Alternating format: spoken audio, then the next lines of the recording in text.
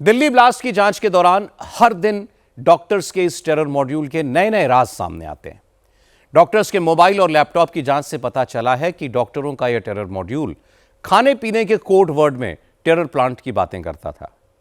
इस केस में गिरफ्तार डॉक्टर शाहीन सैयद अपने हैंडलर से जिन कोडेड मैसेजेस में बात करती थी उसमें दावत और बिरयानी जैसे वर्ड्स थे। बिरयानी का मतलब एक्सप्लोजिव्स, विस्फोटक। दावत का मतलब हमले का दिन।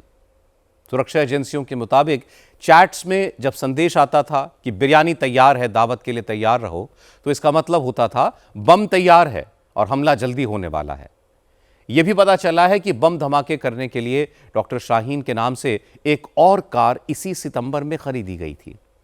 इससे पहले डॉक्टर शाहीन की स्विफ्ट कार का पता चला था, जिसमें से एक विदेशी राइफल और एक पिस्तौल मिली थी।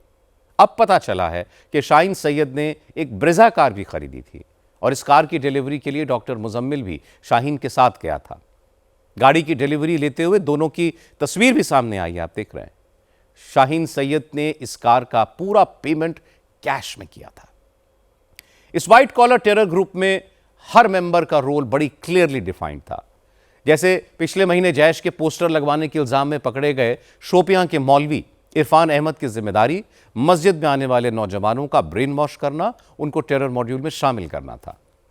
इस ग्रुप में डॉक्टर्स को मौलवी इरफान ने ही जोड़ा था। इरफान के कहने पर सबसे पहले डॉक्टर मुजम्मिल शकील रेडिकलाइज हुआ और बाद में उसने और अपने साथियों को इसमें शामिल किया। डॉक्टर मुजम्मिल शकील गनई इस व्हाइट कॉलर टेरर मॉड्यूल का सबसे अहम किरदार था। मुजम्मिल ने ही मौलवी इरफान के कहने पर ग्रुप में बाकी डॉक्टर्स को जोड़ा। मुजम्मिल लगातार अपने जूनियर्स को कट्टरपंथी रास्ते पर चलने के लिए उकसाता था।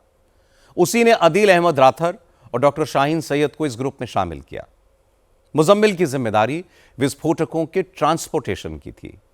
उसी को एक्सप्लोजिव्स रखने का इंतजाम करना था।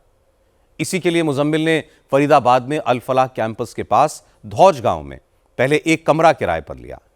इसके बाद जब जगह कम पड़ने लगी तो मुजम्मिल ने फतेहपुर तगा में एक और घर किराए पर ले लिया, जहां से बाद में 2500 किलो से ज्यादा अमोनियम नाइट्रेट बरामद हुआ था।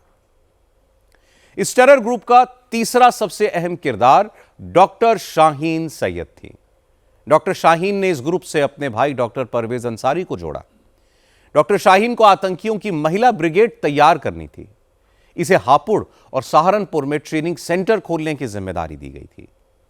शाहीन ने बम ब्लास्ट के लिए 2 कारें खरीदी।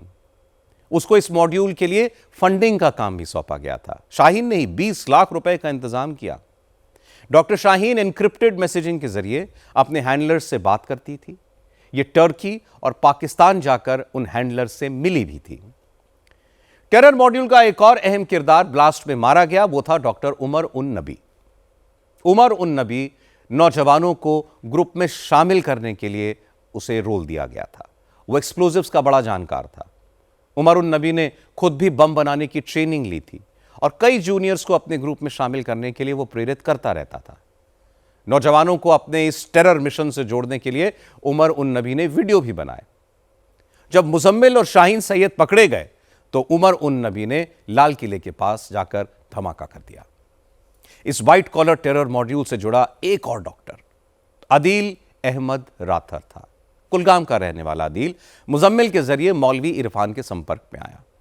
उसे हथियार जमा करने की जिम्मेदारी दी गई।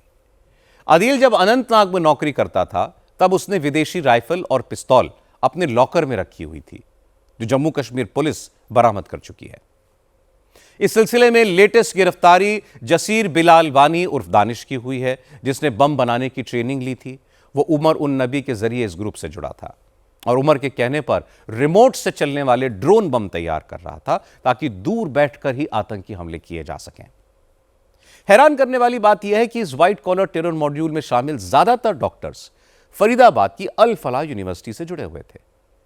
दहशतगर्दों ने अल फलाह मेडिकल कॉलेज को अपनी शैतानी साजिश का अड्डा बनाया, लेकिन अब अल फलाह यूनिवर्सिटी भी जांच के घेरे में है।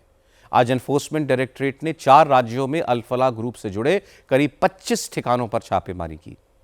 जांच एजेंसियों को आशंका है कि अल फलाह ग्रुप शेल कंपनियों की आड़ में पैसों की हेरा फेरी और मनी लॉन्ड्रिंग कर रहा था।